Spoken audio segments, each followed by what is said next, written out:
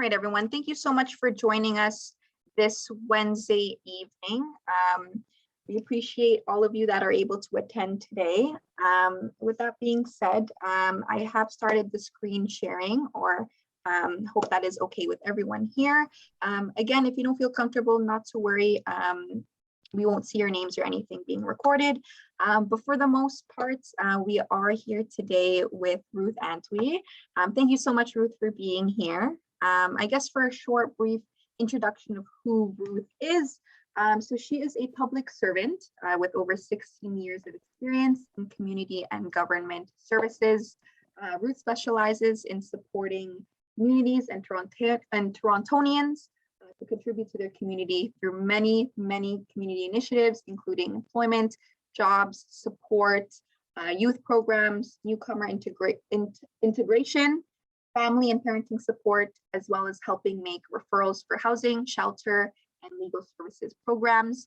Ruth is a strong believer in creating a stable, supportive, and harmonious family environment. She is a wife, mother of 2 teenagers, is an active resident in her community, as well as enjoys walking and spending time with her family and friends, which is perfect for today's workshop. So Ruth, I will, without any further ado, I will hand it over to you. I will let you be the host for today's parenting support workshop. So take it away. Thank you so much for being here. Thank you. Nicole, just one quick question. Would you be able to share the screen for me? I was going to use many devices, monitors that I have, but it wasn't working for me. So I had to borrow my daughter's laptop to share. So I'm gonna, once I introduce myself, I'm going to stop sharing the video. And if you all don't mind, I'm going to go into my own presentation mode while Nicole is sharing, and I can use that as a guide for our conversation. So Nicole, just wanted to confirm, are you able to share the presentation, the revised one that I sent? I should be able to, yeah. Let me do that.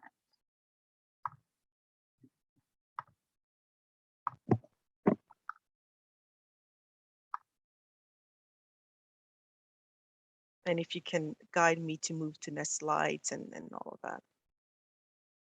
Yes, I am able to share my screen. Okay, I hope everyone can see.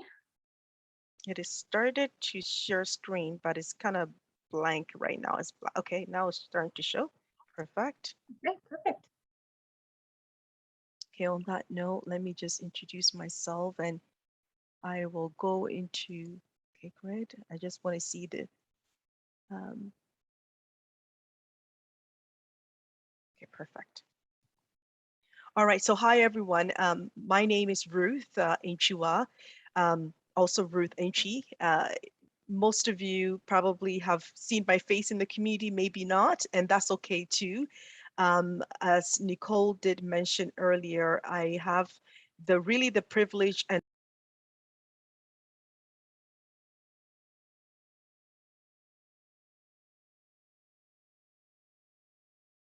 Oh, Ruth, I think you're on mute. oh, it says the host muted me, Oh, so my sorry apologies. about that. My apologies. That's okay. So I'll repeat everything again. Hello, everyone. My name is Ruth Antwi. Thank you, Nicole, for making the introduction. I am a mother of 2, and I'm very thankful for that. I am a city employee that has worked for the City of Toronto for about 14 years, but I've also worked in the community social services for about 2 years prior to working for the city.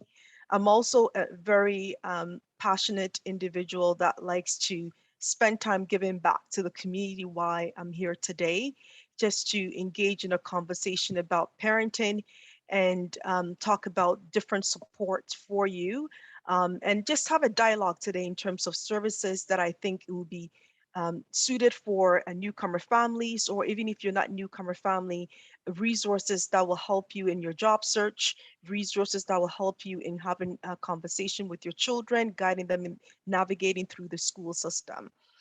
On that note, I'm going to stop sharing my video, and then hopefully Nicole will be able to control the slide deck for me. Okay, so thank you for all of you for coming here. I'm hoping that we can have a good discussion, and I believe we'll be here till 7 o'clock together. All right, so let me just share my screen. Sorry, Nicole, you share your screen. I'm just gonna have my screen to just have a conversation about. Yeah, no worries. Just let me know when you'd like me to move to the next slide. Nicole, do you, okay, hold on. Perfect. I just have to, I'm using one monitor and it's just a little bit difficult for me. So just give me a second, please, while I navigate to mine. Yeah, no worries.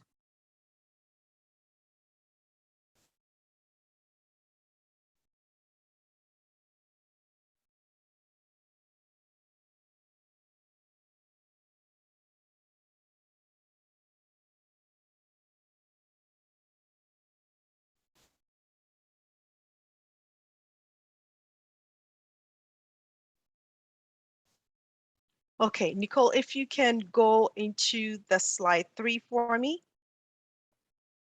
the purpose of the workshop. Okay. All right, great. Okay, so can everybody see? If you can see, give me a thumb up, or, just unmute yourself to say, yes, I can see.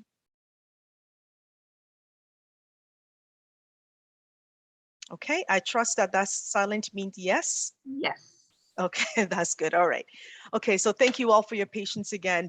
Um, I just wanted to just basically talk to you about parenting and how to really support your children or youth or anyone in the community that you have come across about how to navigate the school system, and also to give you information about municipal resources. So on that note, you're probably wondering, what is the purpose of this workshop? The purpose again is to just engage in a dialogue about challenges and challenges, experiences while you're parenting your children, and discuss successful parenting tips, to visit newcomer websites that will provide you with tips on how to navigate and engage with children or youth in the school system, improve your knowledge about municipal access, and provide you about general job search tips and resources that you might find beneficial if you're looking for a job, or if you know anybody in your community that is also looking for a job. And also just allow space just to ask any questions. I mean, I don't claim to be an expert in parenting. I'm just here to support. I'm here to just to share information. So I'm looking for all of us to just have a collective conversation to make sure that we're able to answer any challenges that we have in raising our children or youth. Okay, so that's the purpose of today's meeting. Nicole, if you can go to the next one, which is the agenda. Okay, so I'd like to start off by doing a group introduction. I've introduced myself to you. We're going to also, after the introduction, go into some little bit of a quiz. And this is where we're going to be using our buttons on Zoom, so you can unmute yourself and tell us the answer. Unfortunately, because I don't have two monitors, I'm only using one monitor, so I can't see you, but I'll try my best to stop while we're doing the true and false, and see if I can maybe look at the faces, or even if you want to show your video while you're answering, that would be great too. But we're going to do a true and false parenting question, and then we're going to talk about why you selected false or why you selected the answer to be true. And then we're going to spend a lot of time on a website that I found very informative, and I continue to use. And actually, as a testimony, found my first job on this website when I finished university. So I will strongly encourage you all to go on that website and use it. It has many useful resources. So this is a good website to actually keep. It has a lot of useful resources that can help you with questions about immigration, housing, health, navigating the school system, anything that you can, any questions that you have, it has a lot of useful information there. And then I'm going to, as a municipal staff, I like to share some of the resources that City of Toronto have, that, if you have questions, you can navigate some of the common divisions that most people usually access. And then we're going to look at some employment resources. If you're looking for a job, what are some of the websites that you should look at? What are some of the resources out there? And again, as I said in my purpose, I want to spend time just to have a conversation about the information that you're gaining today. What is puzzling to you? What do you need clarification around? I just want us to have a conversation around that. Okay. All right, Nicole, if we can go into the exercise for today. So the exercise, let me minimize the screen here. Okay. Just give me a second.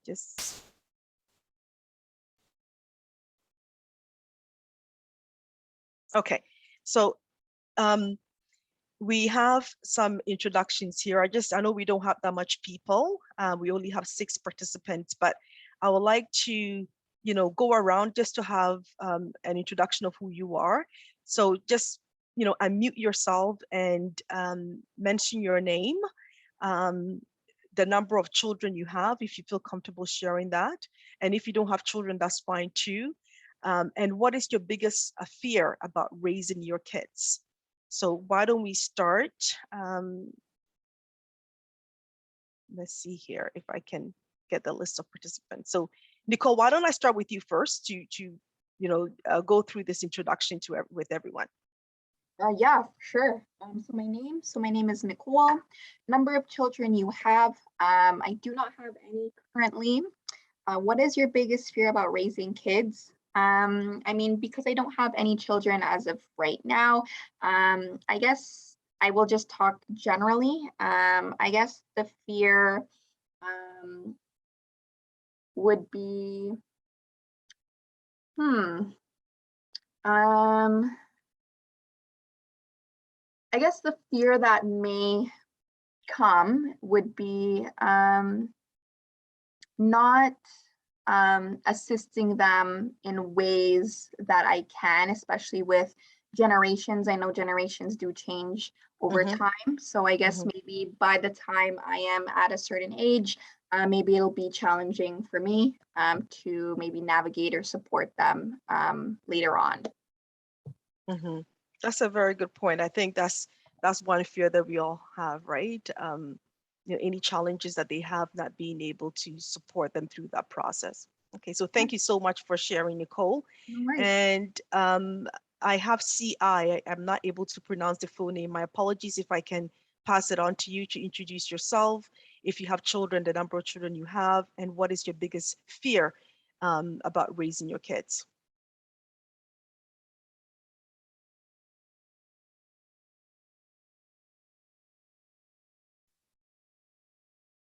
Anyone is able to answer in the chat as well. If you don't feel comfortable to speak, feel free to mention it in the chat. I will definitely take a look as well to let Ruth and anyone know.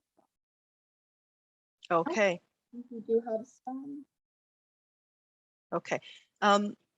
That's fine. So sorry, CI again, I don't want to mispronounce your name, said that she can't speak right now. That's fine. Oh, she says she has no child. Okay, that's good. That's okay. What about we go to Emeka? Emeka, do you want to introduce yourself? Hi, good evening. My name is Emeka. I am a father of 3. My biggest challenge is when the kids start to talk back. Oh yes. Yeah. Oh, that's mine too. Yeah, it's a is a big struggle that I deal with every day. I have 2 teenagers as part of my introduction. For those of you who came in a little bit late, I have 2 teenagers, and that's the battle every day. But you know what? We deal with it. So I'm hoping to hear some of the solutions. How have you been dealing with that, Emeka? Any suggestions? Any ideas? Basically, it's patience and tolerance and ability to exercise a lot of self-control. At the same time, depending on what the issue is, you can take your time to make some explanations and expect that those explanations don't mean anything to the people you're talking to. You nailed it. Yeah, that's a good summary. Yeah, a lot of patience, you know, a lot of patience with them, and a lot of patience with, you know, also making sure that you're also having a lot of patience, right? I'm a woman of faith, and one of the things that I model is that I always remind my kids that their identity is in Christ, and you know, what will God expect them to behave in, will God expect them to behave in that manner that they are behaving in terms of talking back. And also another thing that I do practically is, you know, I basically just explain to them the reason why I'm asking them to do it and the consequences if they don't. And if they don't, you know, this will be the consequence, so it's their choice. So I make sure I explain to them the reason why I'm asking them to do something and the consequences around that. So thank you so much. That good feedback that you have given us, Emeka. And then I have a person on, I think there's the chat there. I saw that Melissa also shared that she has 6 kids. Wow, congratulations, Melissa. Are you comfortable in telling us your biggest fear and some of the ways or some of the tips you can give us in terms of raising the 6 kids?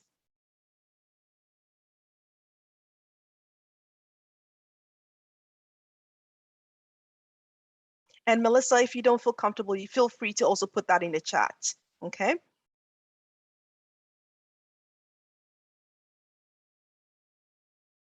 Okay, all right, so why don't we, while Melissa's writing something, why don't we go into, I think the next one is iPad, but I don't know the name for iPad.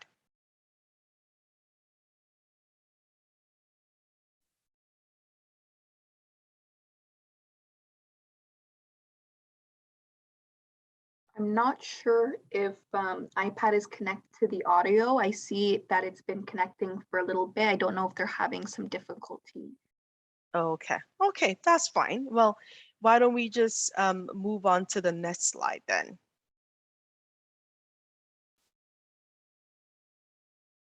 Okay, so now this is a true and false question. This is just an icebreaker for us to, you know, just to start to engage. It is true and false, but you know, most importantly, I think what I'm interested in is why you chose your answer, and for us to just to comment, right? Again, I'm not an expert on this. This is something that I picked on, you know, Google, and I just wanted us to use it as a beginning conversation. So feel free, you know, to give me your reason behind your answer. I'll tell you what the answer is, but you know, feel free to let me know why you believe is false and why you believe that is true, and let's have a conversation about that. Okay. So the first one is, what do you think? Is it true or false? Good parenting skills can be learned. True or false? You can either let me know through your chat, or you can unmute yourself, you know, just to give us a response.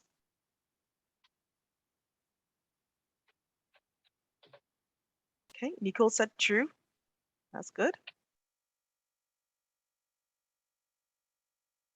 Okay. Chikuma Dubi, I think I'm pronouncing the name wrong. I think I'm pronouncing the name wrong, but please feel free to correct me. Said it's also true.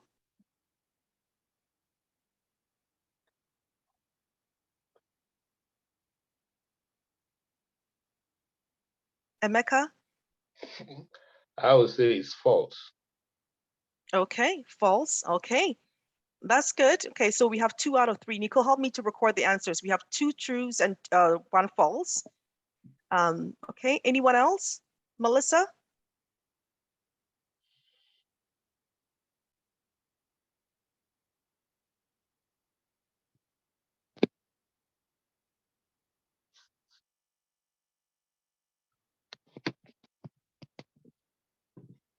Okay, false. Okay, so we have, let's just go with 2 true, I think I had, and 2 false. Okay, so let's start with Emeka. Emeka, why do you think that is false? Listening to you earlier, you said nobody has a perfect solution to it. So each child is different, each parent is different. There's no formula to do it. It's basically being open to whatever is happening around you, and sometimes it will work, sometimes it will not work. No, that's a good point. You know, sometimes it will work, sometimes it will not work.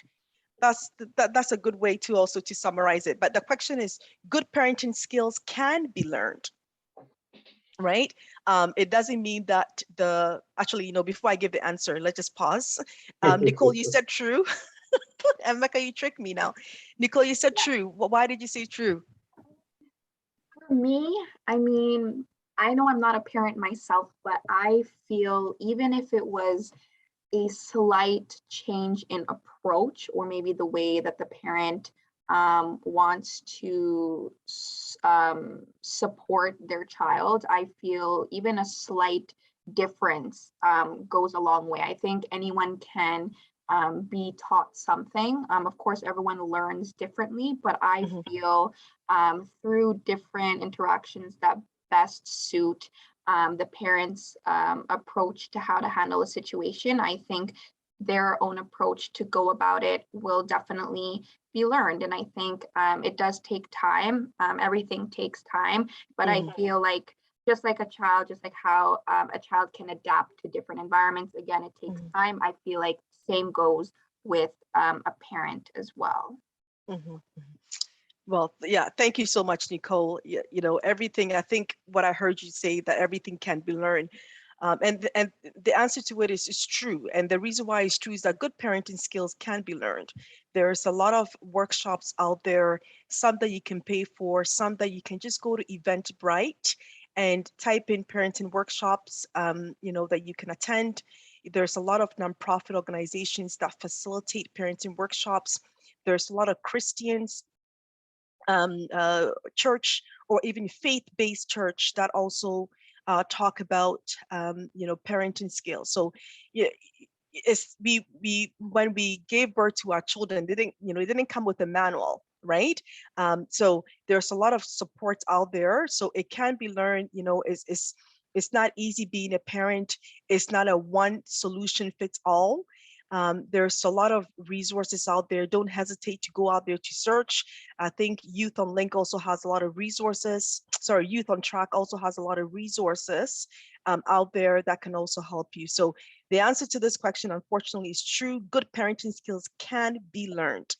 I know I've learned a lot raising my two teenagers. I have a 15-year-old and a 13-year-old. I've learned a lot from my my faith, you know, the skill sets that it teach me to raise children in a Christian home. I've read some books too. I've done some research.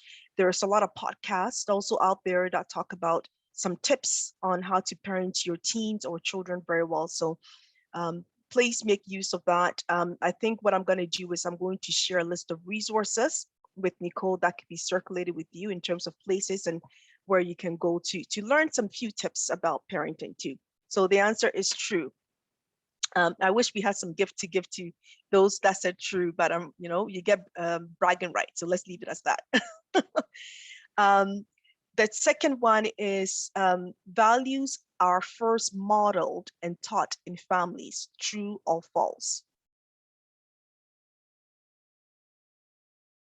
Values are first modeled, and you know, it's something that you teach in the family first. True or false? Feel free to let me know your answer in the chat, or you can let me know also by speaking and muting yourself to let us know. Okay, Nicole said to everyone true. Let's see here. Okay. Miss, I'm gonna say Miss CI said true too. Okay, we have two. I would say true. Okay, true. Anyone else? Okay, yes, the answer is true. But why? Emeka, I just want to know from you why you said it's true. Actually, I don't want to put Emeka on the spot again. No, Emeka, I'll come back to you. I can take that. Okay, great, thank you. Basically, since one is true, two should be true. Oh, Lord, Emeka, you're so right. Yes, yes, yes, you're right. But why? Give me a little bit background why though, just for You those. know, when I said the first one is it can be looked at a different way. Nobody has the manual. Rather, certain things have been tried and they worked in a large degree of situations. So if you look at that, there are certain things that even from practice of being around kids, you know, that you tell them over time, some of them will learn in five minutes, some of them will learn in 5 years. Oh, yeah. It comes through like that. Great. That's a very good explanation. Thank you so much, Emeka. What about CI? Do you want to indicate something in the chat as to why you think that is true? You are right, but any reasons behind that?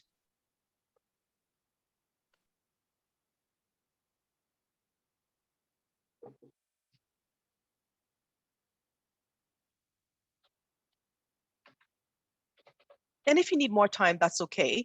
You know, you can take your time to type something. And if you feel if you want to speak, also let us know. But Nicole, why don't we move to you? Why did you think that is true, although your answer is right? Oh, she said just remembering my childhood. Yes. Yes. You know, my mom always said that you know, the behavior that a child exhibit at home is what they will show also at school or in anywhere they go. So I can relate to just remembering my childhood if that's what you're referencing. Okay, so Nicole, let's go back to you. Why did you say it's true?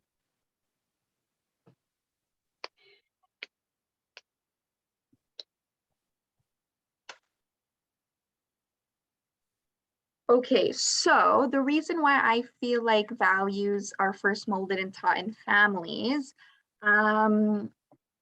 it's because right when you come into the world, already you're surrounded by, you know, your parents' values, your traditions, your religion.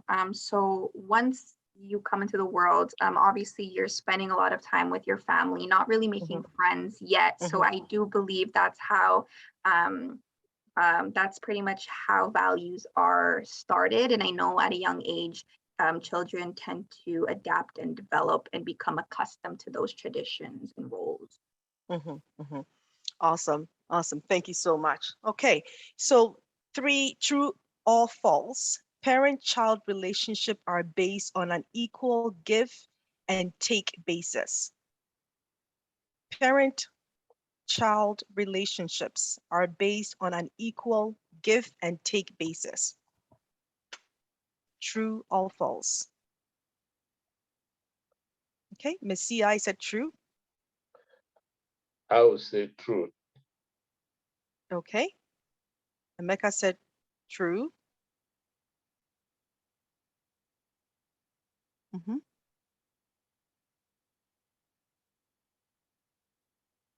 Anyone else?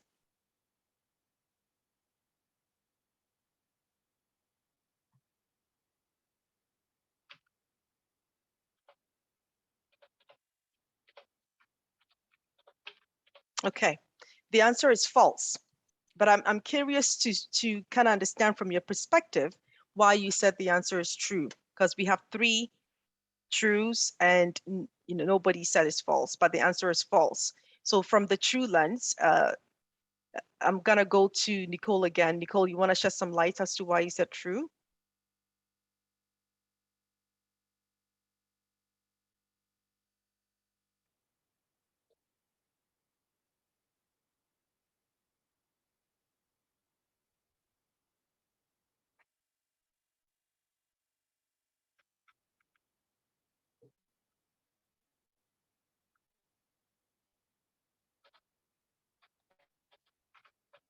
Now, Emeka, do you want to give any explanation? CI, do you want to give any explanation? I would say perhaps maybe this is tricky. We are told that everybody is equal before the law and before the society. But now I know that the parents have to take the lead. In the same respect, the babies or the children should equally be treated equally. That's why I made that choice. Yeah, so I get the logic. This is a tricky one. You know, the answer is false, and the answer is false because as a parent, you are the authority figure in the home. It doesn't mean that you have to abuse your authority. It doesn't mean that you have to not give explanations for decisions that you make. It doesn't mean that you shouldn't respect your child, or you shouldn't.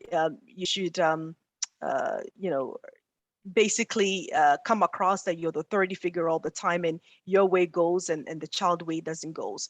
This is basically trying to talk about the parent and child relationship. You as an authority figure in the home has to make sure that you model yourself as a parent in the home, give instructions to the child. Of course, the child, you know, is a human being, just like how you as a parent make mistakes, right? You're going to be making mistakes and you have to have grace through that process to make sure that you know, the child is able to learn. So, you know, it's just basically speaking about the parent and child relationship here. It shouldn't be equal. You are the parent in the home. You are supposed to guide the child to grow. You're supposed to help the child to, you know, learn from their mistakes, to grow from the things that they have learned, and to give them guidance, right? So it's not that it has to be, you know, it's an equal relationship. Is when the equality comes in, you know, hearing the child, having a conversation, you know, making sure they understand the reason why, if you're disciplining them, you know, the reason why you're giving that discipline, you know what I mean? And, you know, indicating to them, these are the steps if you don't do this, and these are the consequences if you don't do that, right? So giving guidance, and the guidance cannot just, from what research have shown, there needs to be that parent model in the home. You know, you can't relate to a 1-year-old or an infant the same way that you relate to your husband or wife or your partner. So you have to make sure that it comes from a place of not necessarily of authority, but you're the lead in the home, and to give the guidance to the child in a way that is loving, in a way that is graceful, in the way that is, you know, forgiving, exercising patience, exercising love, giving guidance. And that doesn't come with that thinking that everything is equal. Am I explaining myself well? Am I confusing all of you? Yeah. So I heard CI say that should be the case, but the reality is different. Oh yes. Yes, reality can be different, especially in the world that we live in right now. But just have that, you know, in the mind. Just don't come from the place of so much being from authority, but, you know, working from a place of, you know, I'm the parent, I'm guiding you, I'm supporting, I'm your guide, I'm there to support you. You know what I mean? So from that place, instead of making maybe the child feel that, okay, maybe because you're the authority, you're abusing your authority power, but it's not coming from that lens. It's coming from a place of, as I said, love, being graceful, being accommodating, letting them know your reasons, laying out the consequences, you know, and all of that. I'm also going to share the information where I got the answers and the questions from, so you can read more about it. So as part of my to-do list, that's something that I'll share with Nicole, and hopefully Nicole have your email addresses, and she will be able to share that with you. Okay, so let's move on to the next one. What time is it now? I hope I have enough time. Okay. You can discipline, sorry, true or false? When you discipline, it's important to point out the patterns of a child's behavior. True or false?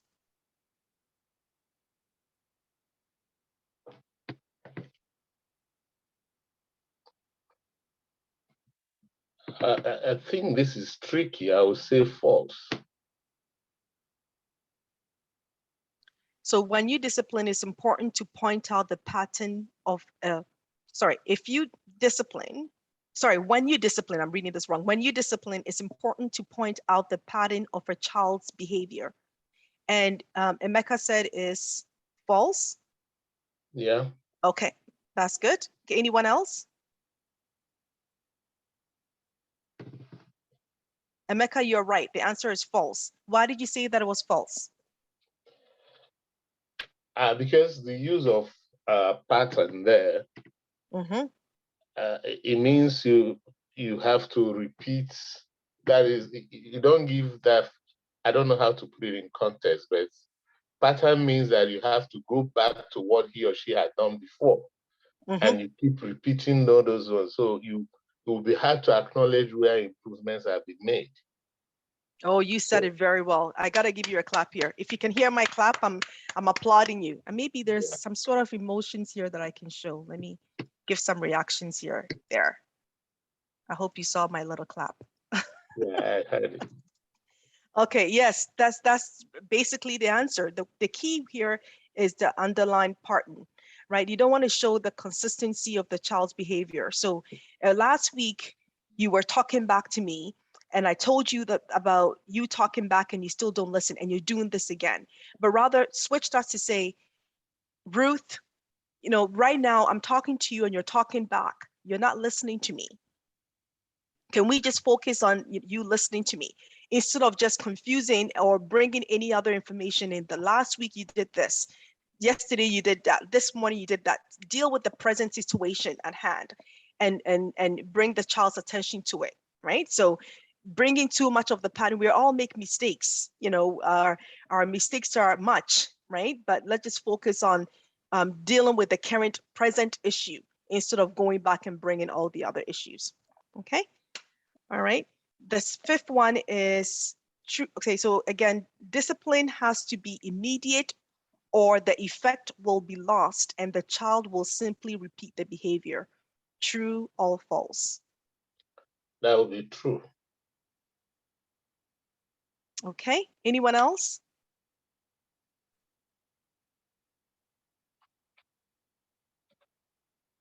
Okay, everybody's saying true. The answer is false. Okay, all right, Nicole, are you able to talk? Yes, I am. Okay, you gotta back up your answer. True. Why did you say it's true? Okay, we're on question number 5, right? Okay. 5, yeah. Immediate or the effect will be lost. Yes. So I say true because I feel like, maybe speaking from personal experience, I feel that if I were to get through something, my immediate reaction or my immediate response would be, oh, it's okay for me to do it again or to continue. So I feel that it is much better to acknowledge something right away as opposed to leaving it behind. Because another thing would be, you could probably forget of the situation that had occurred, and then again causing the child to continue that behavior. Mm-hmm. Now, this one is very tricky, right? But where it's coming from, and you have to use your discretion on this one. The research is saying the answer is false. And the reason why it's saying that is because, sometimes the immediate reaction could be coming from a place of emotions. So it really supports false because it wants you to take time to think, about the issue, number one. What are some of the effects from the issue? And 2, what are some of the steps or consequences that you really want to make sure that the child understands? So when we say immediate, right now Ruth is throwing a tantrum and Nicole is telling me, but stop, go there. Just Nicole maybe needs to just take some few minutes just to analyze the situation a bit, understand where the child is coming from, talk to the child and lay out the consequences, right? Instead of just the immediate reaction. That's where it's really coming from. Don't be so quick to discipline, but rather just really think it through. And it goes back to, I think Emeka was saying this, the patience, right? Having that patience, taking that time to really think about the consequences for the child. And from my personal experience, I feel like when I do that, I tend to do immediate reaction. And now I'm switching that, going back to taking some time. And once I do that, my kids are actually more scared of it because they're like, what is mom going to tell me will be my consequences, right? So I'm finding that, it puts the child, it calms the child down, number one. Number 2, it gives me time to think about what the consequences would be, what conversation that we, not necessarily, if there's going to be consequences, that's also good, but what recourse needs to happen, what conversation do we need to have, what steps do we need to take, what support does my child need, and so forth. So what this question is basically, don't be so quick to go into the mold of discipline, but take some time to, the time doesn't have to be a day or 2 days. It could be the same day, by just taking that time that you need to analyze the situation, number one, to think about, what resources the child would need, what consequences need to be laid out, what actions need to be taken, and then you go back and execute that, right? So that's where this is really coming from. And again, I'll share the resources, the link to this true and false, so you can read more about it, to have more information. Okay.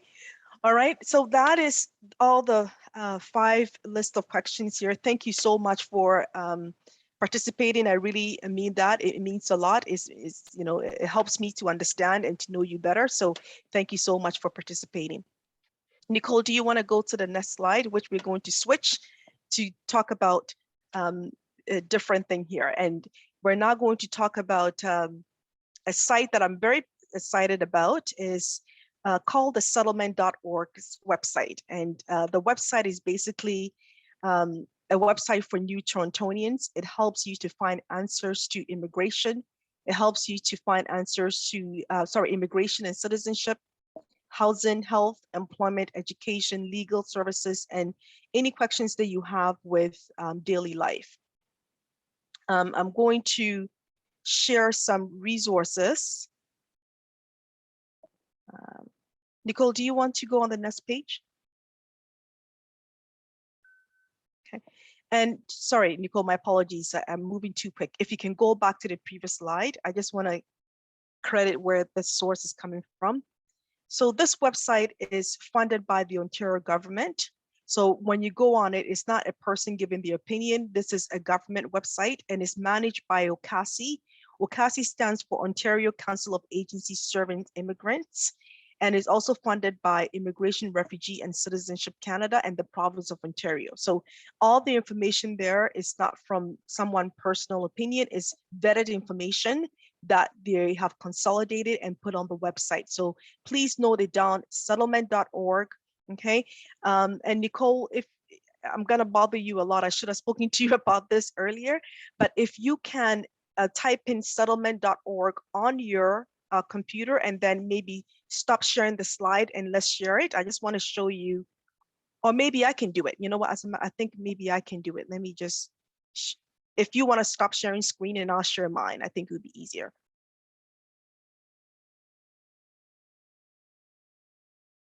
Okay, so let me share my screen.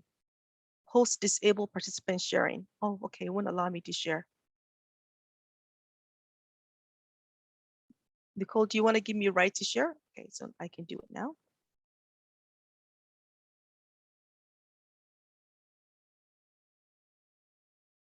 Yeah, you should be able to share your screen now, Ruth.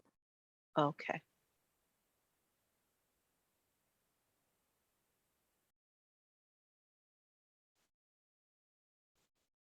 Okay, please do let me know if you see my screen. Yes, you're good. Okay, settlement.org.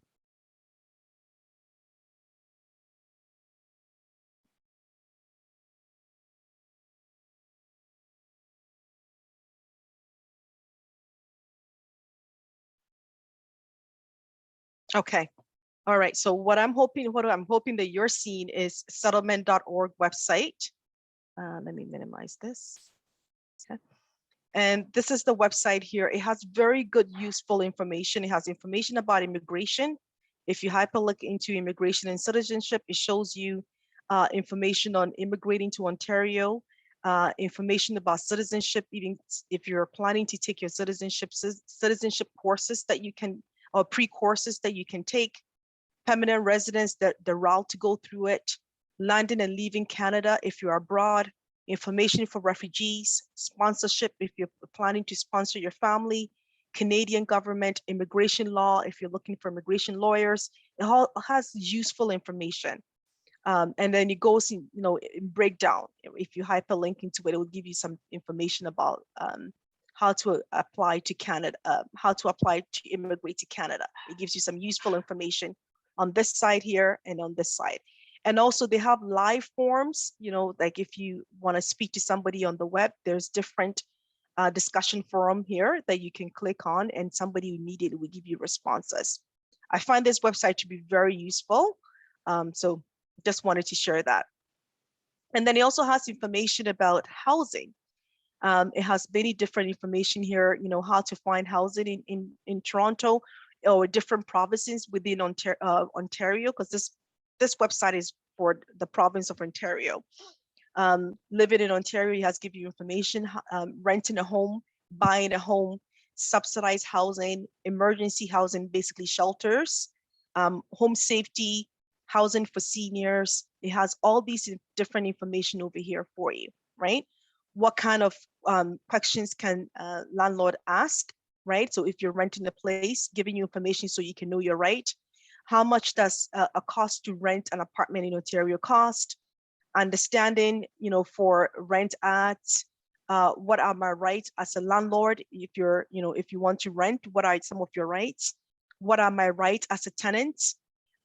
When can my landlord evict me, right? It gives you information, and most importantly, it gives you agencies that can support you to go through the eviction process or to fight back, right? How to making a service request to your landlord. What is the process to do that, right? How often can my landlord increase the rent? It has information about that. How can I end my tenancy early? Like you're living in a place and you want to give notice that you want to leave early. This is one website that can show you all that information. Okay. And then it has health information also, OHIP, how to apply for OHIP, how to find a family or medical doctor, community and public health information about mental health and addiction, emergency services, nutrition. It has information about sexual and reproductive health, family health, refugee health, patients' rights and responsibility, disability, and so on. I can go on, but I just want to familiarize you with this website. And then one piece that we're going to spend a lot of time on is this category, education, but I want to walk you through the employment piece. This website is where I've actually found my first job when I finished university. So it has very useful information, especially if you're a newcomer and you're looking for your first job. You can go here and you can find a job. They have a specific website called settlement.org at work, but you can also find a job here. It will give you information. It even gives you a template of how to write a resume, a Canadian style of a resume. So if you're looking for, how do I build my resume? You can download a template from here. It gives you a sample chronological resume. Let me just build that up. Couple other.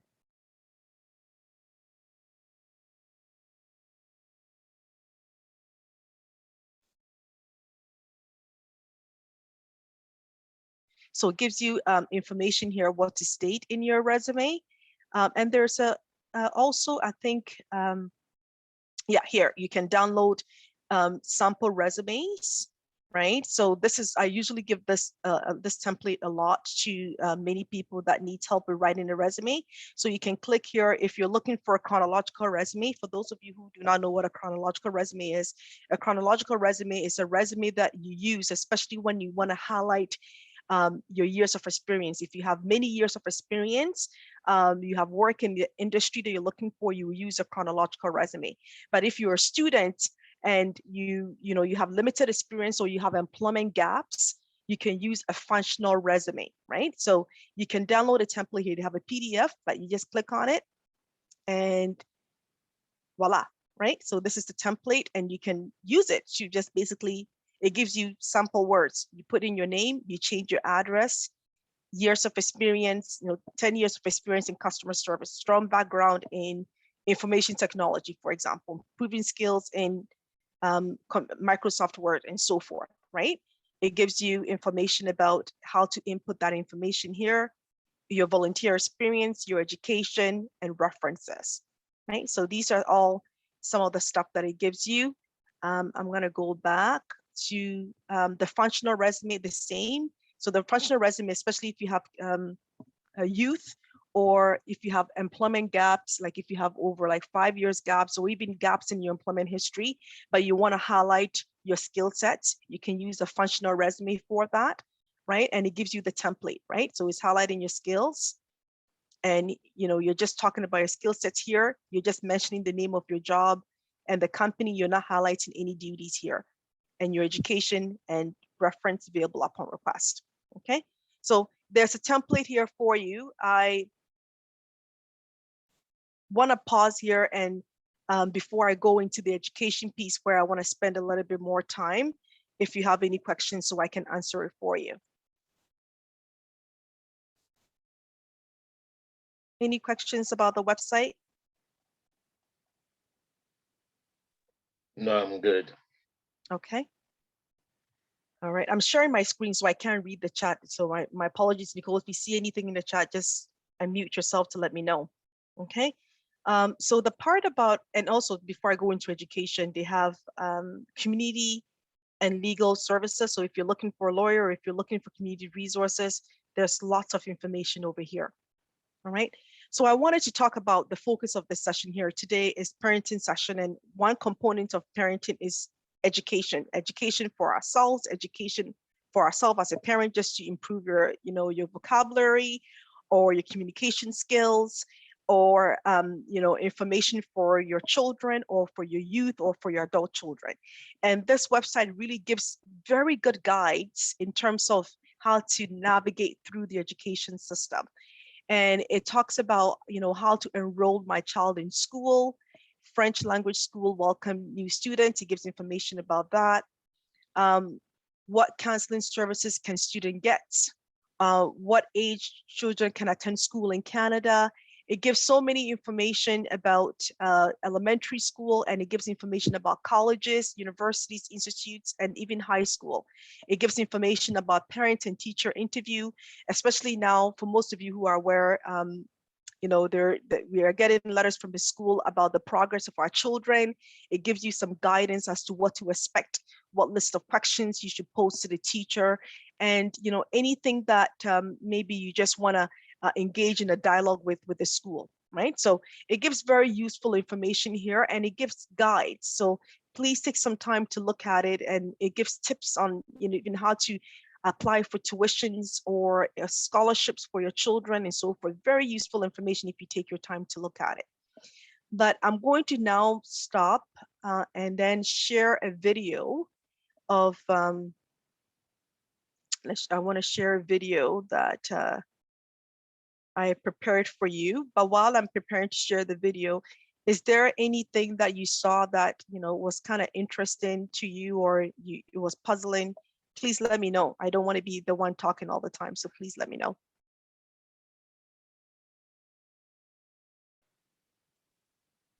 I guess I would just like to add that I think that was a very useful tool, even for myself as not a parent. I think, I mean, having easy access or accessible access to, resumes where you don't even know how to start, especially if you're applying to a new job, I think that is very, very handy, especially in regards to kind of looking more different compared to other resumes out there. I think that's a great way to kind of stand out, but also having other, like you mentioned as well, like the education aspect, things that we don't know, especially as parents or even as, a young adult, navigating their way into the school system or into a new country. I think it's a very useful tool. So thank you so much for sharing. Yes, you're welcome. Thank you. All right, so I'm now going to talking about how to support children to navigate the school system. I found this video on settlement.org, and it was very informative, just to give you some tips on how to engage in a conversation with your child's school teacher. And this is specific to elementary school, but it could be applicable to, your child in high school. So I just wanted to share this video just to give you some sort of tips. And there's lots of information: newcomer's guide to education, general information, school systems in Ontario, how to enroll, evaluation, ESL support, extra care, how to help your child succeed in the school system, how to get involved in the school system. This is information that I did not know. And growing up, my parents didn't know this. I came here at the age of 12 in Canada, and my parents did not know this information to echo it to me. It was just, when I went to university and I did my first placement at a immigrant center, and I got to know about this. And I said, every time I facilitate a session, I will share this website because it's very useful. It's vetted by the Ontario government. And, just go to it and you find great information that will help you, or you can share that with somebody that comes your way. On that note, let me share this video. This video is called parent and teacher guide conversation. You can also watch this video in all these different languages below. So if English is not your first language, that's fine. You can watch it in all these different languages below. All right, so I'm just gonna play it. And I hope you guys can hear it. Can you hear it? No. Oh, no, this is,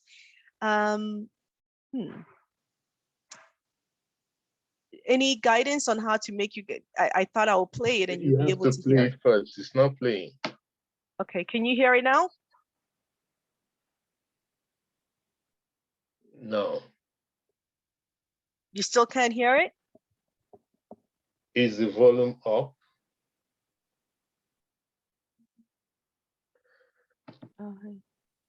There should be a section, Ruth, at the bottom. I don't recall if it's on the left-hand side or the right-hand side.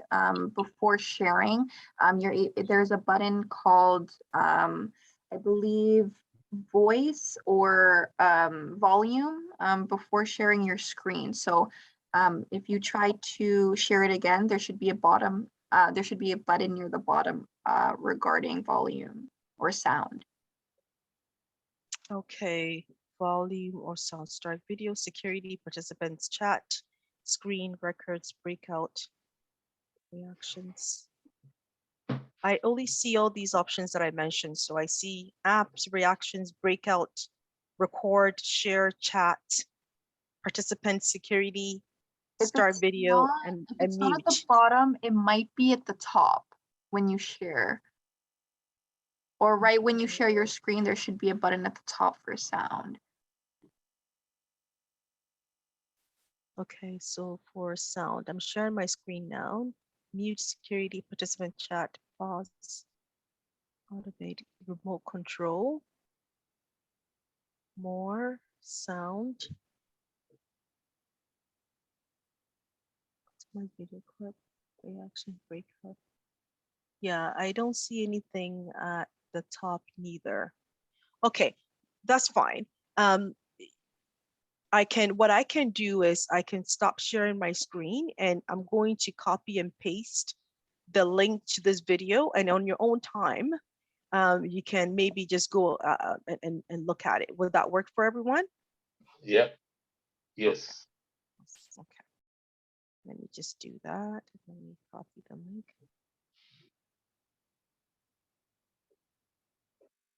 The thing about technology is that it could be good and sometimes it just doesn't work for you.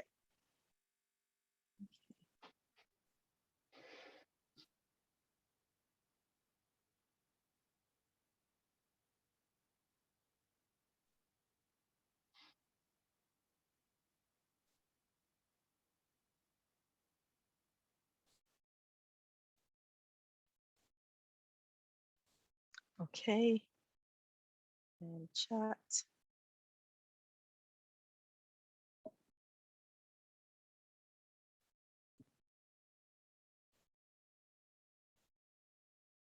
Okay, I just shared that. So please let me know if you got it, and take your time to just look at it on your own time. Okay. I'm gonna go back to Nicole. Do you want to share the screen again for me, please? Yes. Sorry, Ruth, you said that you attached the link to the chat box. I don't know if it's just on my end, but. Oh, okay, it came to you. Oh, it says direct to you. No, I want to give it to everybody, not only Nicole. My apologies all. Okay, so it should be to everyone now. Let me know if you got it. Just give me a thumb up, or you can say got it. Yes, received. Awesome, great.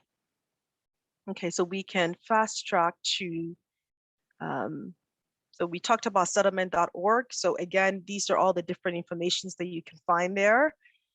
We can go to the next slide. We demoed the website and we attempted to share this link, but it didn't work. Okay.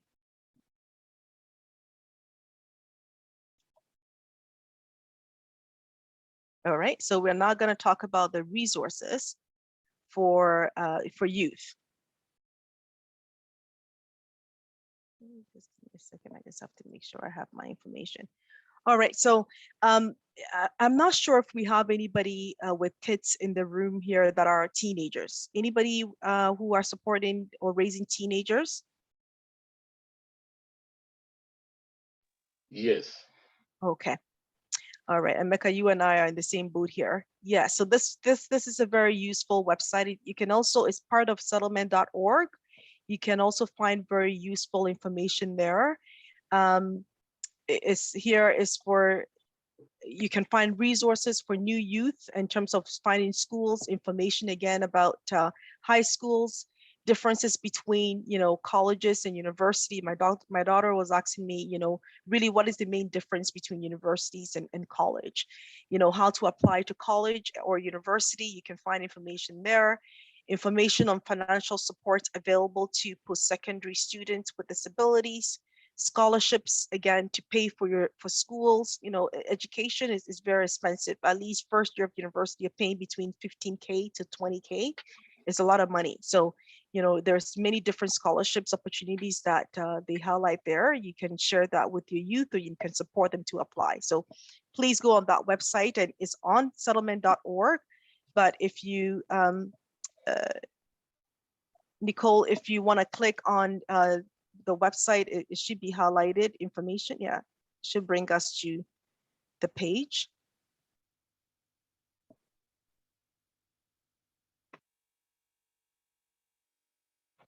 Right, so it brings you to the youth, newYouth.ca website. And here it says universities focus on academic and professional programs. It gives you many different information. You can go down more, how to apply.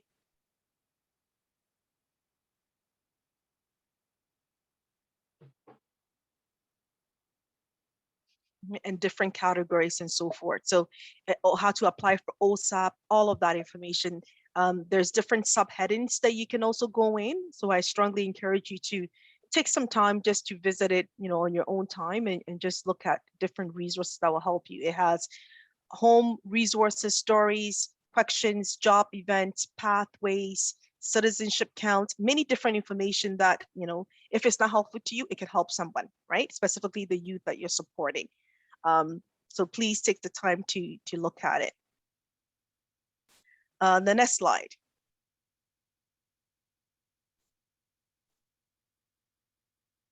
Okay. So again, Nicole, if you want to demo this site for us, you can copy and paste it. I should have hyperlinked it. It would have been easier for you. Okay. Here it has universities and college, pay for post-secondary schools, high school, more resources, school resources. I find this website to be very useful, especially me raising teenagers. You know, so please go to that website again and just see what will help you around there. Okay, and then the next one is,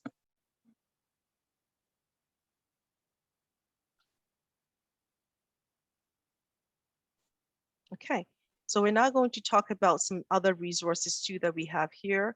Let me just make my slide a little bit bigger. My computer is acting a little bit wonky for me. My apologies. Okay, so I talked about in my introduction that I do work for the City of Toronto. I've worked for the City of Toronto for 14 years, and I specifically work in what we call the community services, community and social services divisions. I've worked for Toronto Employment and Social Services, which is Ontario Works, how to apply for social services. Then I moved on to work with a division called Social Development Finance and Administration, where they focus more on community development work. Then I worked at the, our shelters where they support people experiencing homelessness. And I'm now working in a division called Housing Secretariat, where we specialize in helping people to find housing. My role is not working directly with individuals, but I provide grants to community organizations to apply. to make sure that people who are having difficulty putting, food on the table or paying their rent are able to secure their home to make sure that they're able to pay their rent and they're not evicted. So that's the program that I specialize in. But I wanted to introduce you here to the municipal services that I think a lot of people are not aware of. Some of you might, but I just want to bring your attention to the 311 Toronto.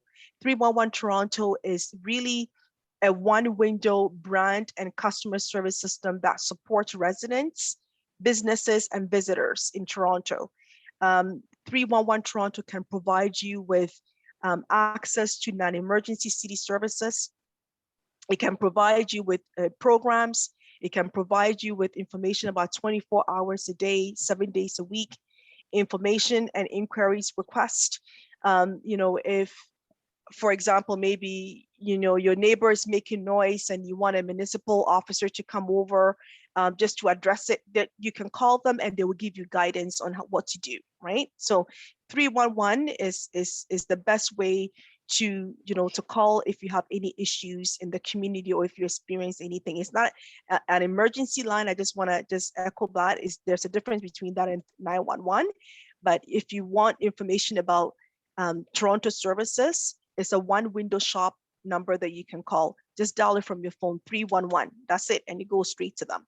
It's a 24 hours, 24 hours during the day, 7 days a week, and you can call them about any services that you're interested in. So, for example, for me, one time the city did not pick up my garbage. I called them. They were able to document that. The next day, somebody came to pick it up. Right. So it's a very useful site to visit.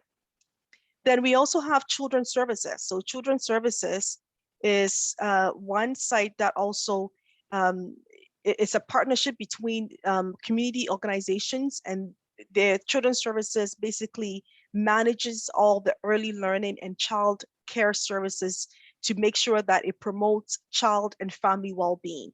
So in terms of our parenting, they have a lot of workshops that they fund nonprofit organizations to do parenting workshops that are for free. Some of these parenting workshops are charging like $150 to $200.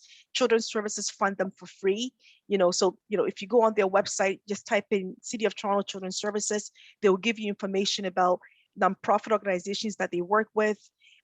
Also early learning childcare centers that you can take your child to learn any information or even to seek support if you want to apply for child subsidy. If you have young children, and paying for daycare is a lot of money, right? So go through them. They will help you through that process in terms of how to get subsidized daycare for your children.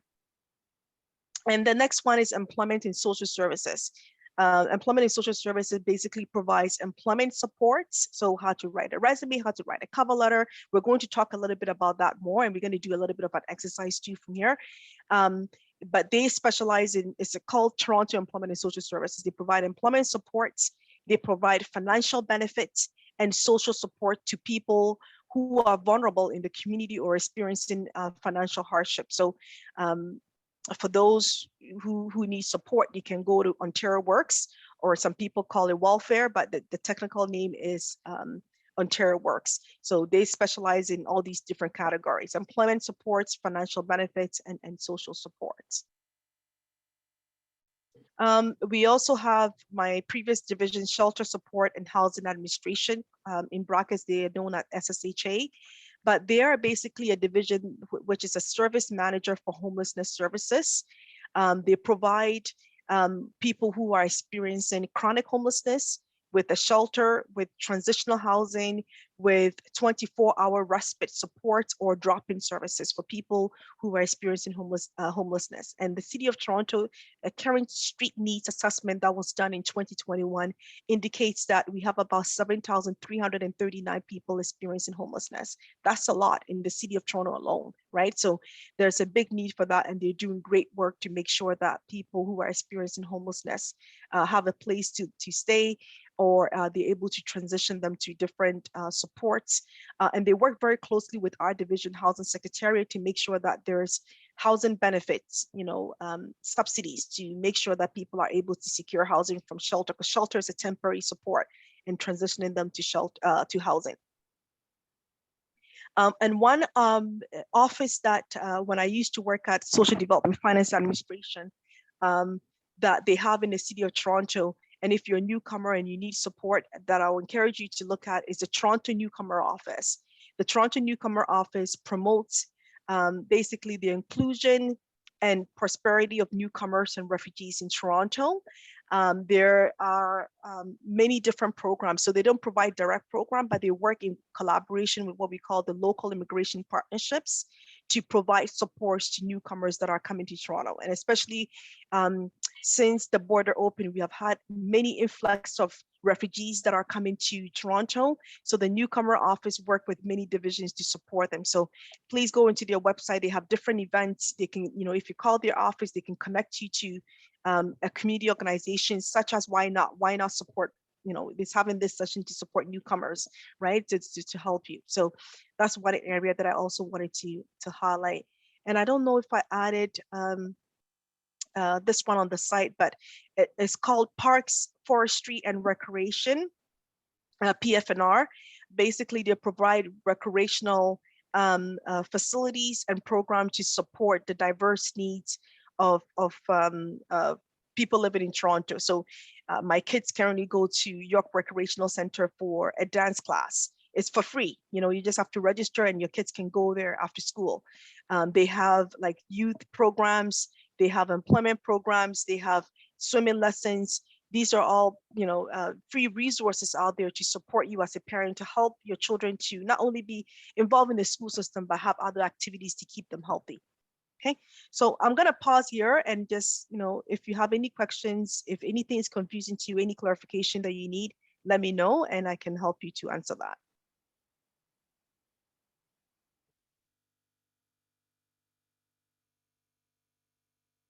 Okay, I think silence is a no, so I would take it as a no. Okay, all right. So the next one is employment resources for parents. Now, this, Nicole, if you want to go to the next slide, here I'm going to just give you some few tips on, you know, how to navigate the job system. And before we do that, yeah, job readiness slide. So, okay, so looking for a job, let me just do a little bit of a quick glance. How many of you are currently looking for a job? You can indicate your answer in the chat if you're currently job searching right now.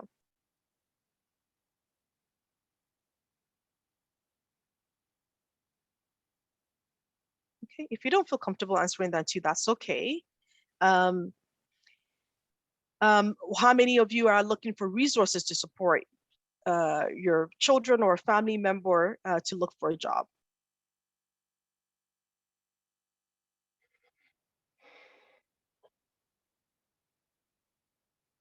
Okay, that's fine. So I think I'm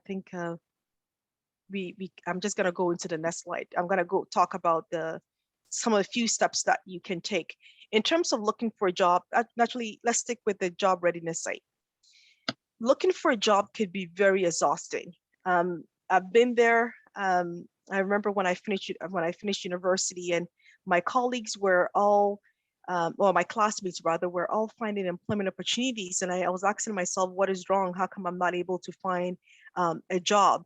But it takes a lot to be job ready, and I just wanted to just highlight some few, what's the word for it? Some few things that you need to be mindful of when you're looking for a job. And there's some few steps here. And if I miss anything, please, you know, again, I'm not an expert, but feel free to let me know. But one of the things that I really want us to have a conversation about is the language assessment piece. If you're going to be starting to look for a job, one of the things that I want you to really assess is looking at the language assessment, right? As part of your job readiness assessment. When you get a job, you would need to be able to communicate with your colleagues, your supervisors, and sometimes even with your clients. And especially if you're working in an industry where you specialize in, maybe you need to use specific terminologies, it's very good that you have to have a good grasp of the English language, and especially if your industry that you're working in, for example, if it's an IT industry, it's important that you need to do this language assessment to make sure that you're a good fit. So there's a website I'm going to show, and I'm hoping that maybe we can do a mock of how to do an assessment. It will tell you, some of the things that you need to do to prepare yourself, where you can go in the community to get support, to make sure that you have good, communication skills to be able to get the job done. Apart from doing that language assessment, the next thing that is important to have at the back of your mind when you're looking for a job is taking some time to do a little bit of labor market information and credentials recognitions. Looking for a job can be very exhausting. And before you start applying, you should research whether your job is really in demand. Is the job that you're looking for or going to school for, is it a job that is in demand? That's number one. What wages can you potentially earn from the job? Is there any requirements that you need to fulfill first? So for example, if you're doing a professional job, if your job is regulated, or you need to have some sort of certification or a license to do the job, you need to do that research first before you go into the labor market. So it might seem that there's a lot of steps involved, but there's a lot of resources out there to help you. And Settlement.org, one of the websites that I shared, is a very useful website that will give you, it gives you different categories of jobs that you're looking for, what is needed for that job. It kind of breaks it down for you. Step one, you need to do the step two. So that website will be very useful. I'm going to share another website too that will help you. And then the next step in terms of the job search, right, is having a resume. And employers first look at you is not seeing you physically, right? Their first look at you is basically your application, which here we called a resume. And employers just take a few seconds really before they decide to invite you to an in-person interview to see if you're a good fit for their company. So your resume has to stand you out, right? Your resume has to persuade the employer to call you. So your resume has to be good. It has to fulfill the key requirements that I showed in the resume template in order for you to be called. And also, not only do you need to have a resume, most resumes is accompanied by a cover letter, and the cover letter needs to be persuasive. And the cover letter is different from the resume because it gives you the opportunity to really summarize your skill sets and also use it to address any concerns that you think that maybe the employer might have reviewing your resume.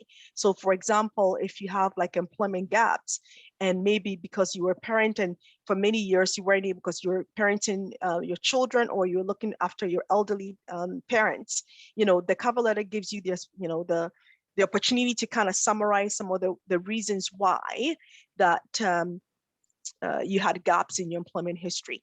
So that's another job readiness tool that you need to have in order to be successful in the labor market. And of course, the biggest one here as a next step is networking. Networking is so key. When I used to teach employment workshop, one of the research that I found was that only 15% of jobs are advertised. 85% of the jobs are found through networking. That's significant. So if you're spending your time going to many different job search websites, it hinders you, right, to secure a job. But if you spend more time networking, talking to people, having a conversation, learning about them, and not only networking from a one-way perspective, but networking, or let me put it this way, networking for the purpose of finding a job, but also giving back through volunteering, or it will really help you in terms of securing employment, right? So networking is a very useful way to find a job. I remember my first job that I got it because of networking. I knew somebody who was able to introduce me to a job opportunity, and then I applied for it and gave me, some sort of reference, and which helped me throughout the process. So networking is instrumental. And I know that there's some few questions people have, I don't feel comfortable. What if they're not welcoming? But you have to find a technique for it. So there's a lot more information about how to successfully network And it's not only about having a resume and a cover letter. To be successful at the job, you need a personal connection with people in your industry.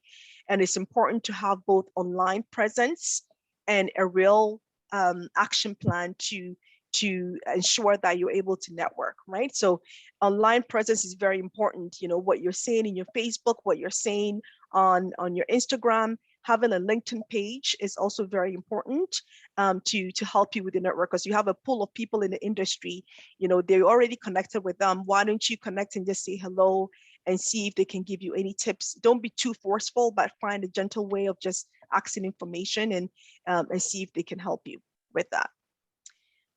Another step is, the next step is the interview, right? So the interview is also very crucial before you land the job. You need to make sure that you're prepared before you go into the interview. Do not go into the interview blank. Make sure you research about the company. Make sure you know who you're going to. Make sure when you get there, you're nice to the receptionist. Make sure you have done research about the company, looking at their strategic plans, looking at their goals, their objectives, the number of clients that they serve, any accomplishment that they have done.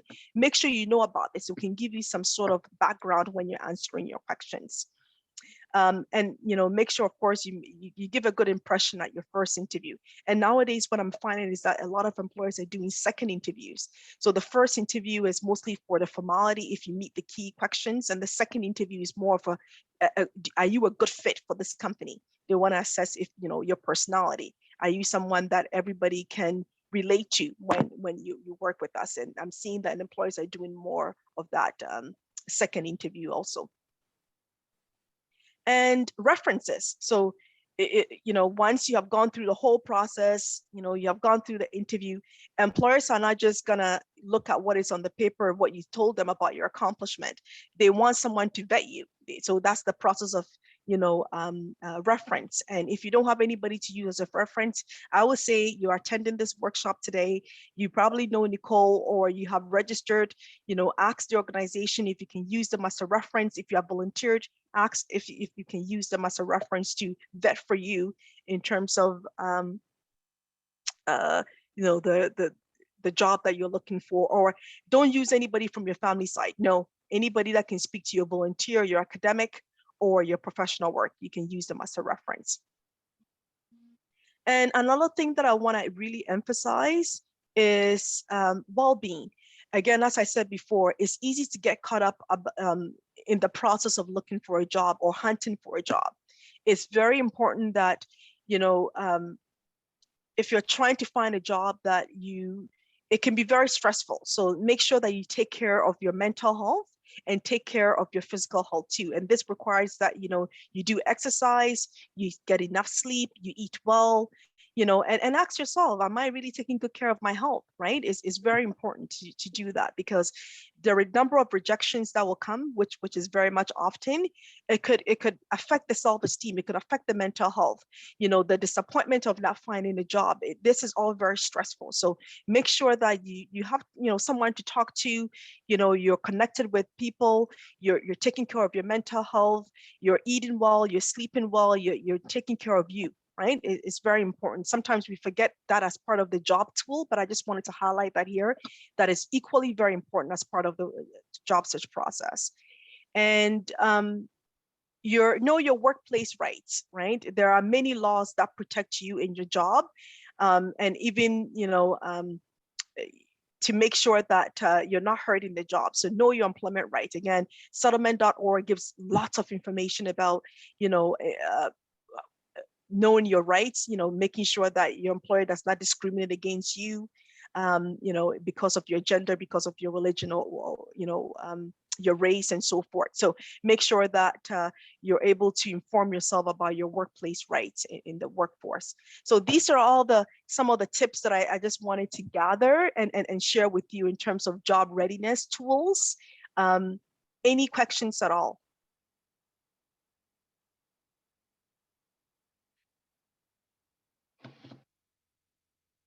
Or comments? It doesn't have I to have be. no question, but I will just say thank you for sharing this information. Some of the things that one might think one has a good understanding of, you have just made it clearer today. Thank you very much. I appreciate the presentation. You're welcome. You're welcome. And I think there's a comment also from Charlie. Says the average employer spends 3 to 8 seconds looking at a resume. Yes. So formatting is very important. Cover letters are also a great way to show your interest in certain areas of company that you did your research on that company. Yeah. So thank you, Charlie, for sharing that. It is very important, useful information. All right. So next slide, please. I know that we're approaching 7 o'clock and I just want to make sure that we're able to cover that information too. All right. Probably we're not going to do this for the sake of time, but I want you to highlight the website. So on your own time, please go to take this website down. I will post it in the chat here. Let me make sure I do that now so I don't forget. Please make sure that you go on it and do that self-assessment that talks about the job readiness, right? Oh, yes, Nicole is able to get there. Great. Okay. So do you all mind if we take at maybe the next 5 minutes just to summarize? Would that be okay? Just to go through that, we have about 3 more slides to go to. Is it okay if we just spend 5 more minutes? Fine. Yeah, that should be fine. I have also copied and pasted this quiz link into the chat. Okay. So Nicole, I want us to actually do this. I think this would be very good for the audience that are here. Why don't you go down a bit? Okay. And so this is a tool guide that is showing you information about labor market, how to have you access the labor market information, and what you should do. So Nicole, why don't you answer this question here? It said, have you accessed the labor market information about your organized occupation in Canada? Yes, no. And what is your labor market information? Pick any answer. Let's just see what it tells us. So do you plan to work in a regulated professional trade?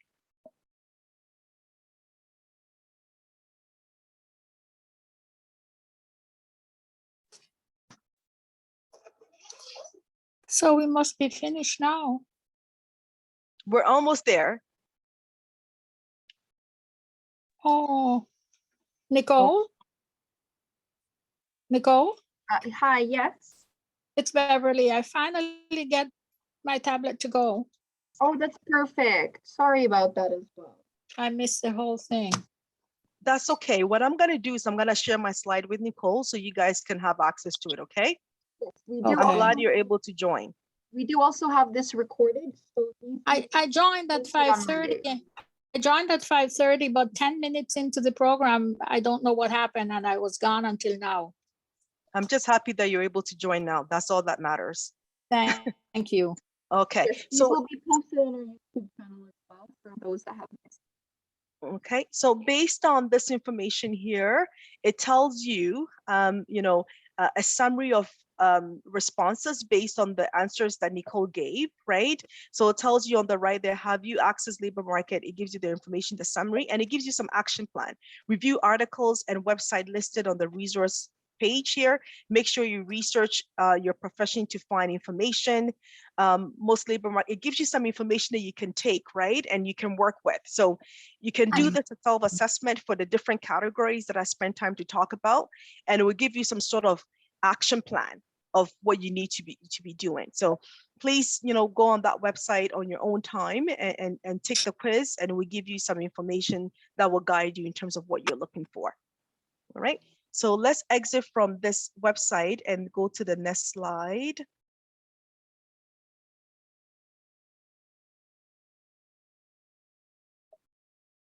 Okay.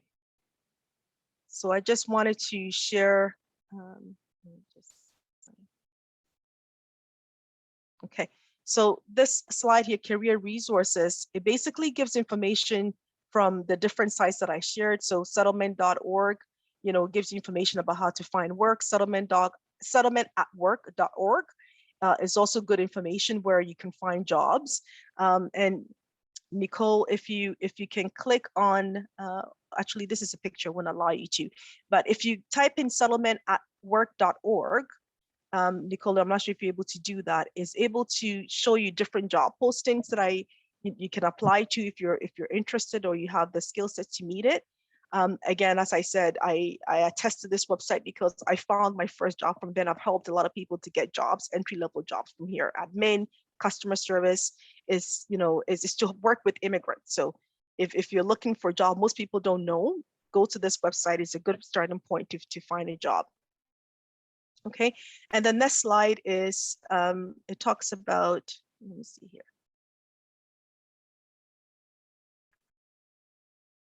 Nicole, you want to go to the next slide? Okay, thank you, Nicole. Employment websites for parents and youth. Again, I think I've emphasized so much. Settlementatwork.org is one great website that you can go to. Government of Canada Job Bank also have many different job opportunities there. Jobs at the City of Toronto is also, the City of Toronto is going to be hiring a lot. We lost a lot of workers because of the COVID vaccine policy. So if you're vaccinated and you're looking for jobs, you can go there. They also have the City of Toronto Parks and Forestry website also has information on summer job opportunities for youth. Most of the time they start to hire around February, and there's a few skill sets that you can also go on and help your youth to get ready so they can apply for that. Article Canada also has a lot of job posting. Talent.com also has a lot of job posting. Indeed Canada also have a lot of job posting. You can, different sectors, you can also go there. Career Builder Canada also have many jobs. Joblico also has a lot of website. LinkedIn, Workapolis, Glassdoors, all of them has many different job postings that you can look at. So I just wanted to share some of these resources with you. Some of it you might be aware of it, some of it might be new, but please feel free to visit them. Entry level, middle level, higher level, different positions, right? That you're looking for is a good starting point to have. Okay, next slide.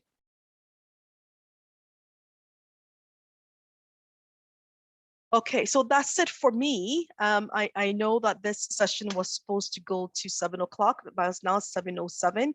But I just want to say a big thank you to all of you. I hope that our time together was useful to you. You were able to gather some information from here. And hopefully you can also share this information once you get the slide with people that you know in the community. Okay, so thank you. Any questions, any last minute comments? Anything else that you would like to know, now's your time. Thank you very much. We look forward to another session. Oh, you're welcome. You're welcome. Feel free to also to use the chat if you have any comments at all.